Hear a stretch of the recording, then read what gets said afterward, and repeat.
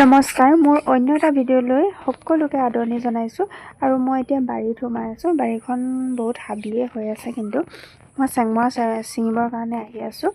চেংমৰা শাক আজি গধূলি সাজৰ হ'ব আৰু এয়া দেখিছেনে, চেংমৰা কোমল কোমল কুঁহিটোহে কাটি লৈছোঁ। আৰু আপোনালোকে বাৰু খায় নে নাখায় জনাবচোন কমেণ্ট কৰি। আৰু চেংমৰা শাকটো আপোনালোকৰ ফালে বাৰু কি বুলি কয়? এইটো বেছি বোকা আৰু চেচুকীয়া জেগাতহে হয় আৰু ই খাবলৈ খুবেই ভাল লাগে। আলুৰ লগত ভাজিও খাব পাৰে, এই মাংসৰ লগতো দি খাব পাৰে। গাহৰি মাংসৰ লগত বেছি ভাল লাগে খাই চেংমৰাটো। আৰু আমাৰ এইফালে চেংমৰা শাক নিমুনীয়া দৰৱতো দিয়ে, সেইটো কাৰণে এইটো খাব লাগে আৰু মাজে মাজে কেতিয়াবা, বেমাৰৰ কাৰণে ভাল যিহেতু।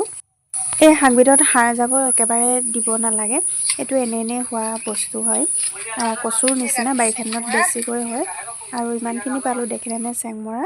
আৰু ওচৰৰ পৰা আপোনালোকক দেখাই দিছোঁ, কচু যেনেকৈ থুৰিটো খোৱা হয় তেনেকৈ আৰু কুঁহিয়াৰ থুৰিটো খোৱা হয়, কোমলীয়া অংশত। চেংমৰা কাটি হৈ গ'ল, এক সাজৰ হৈ গ'ল আৰু চেংমৰা।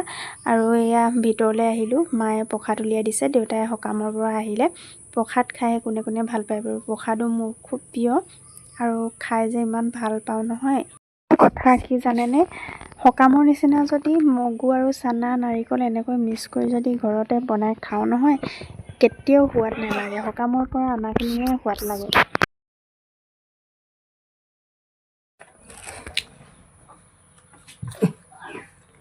এইখিনি যে হেৰি কৰিলে নাখালে যে বনাইছিলে যে ক'ত বনাই সেইটো সিহে জানে।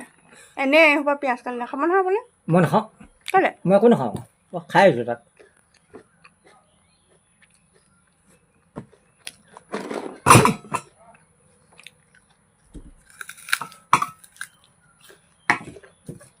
আম টেঙা আম টেঙা।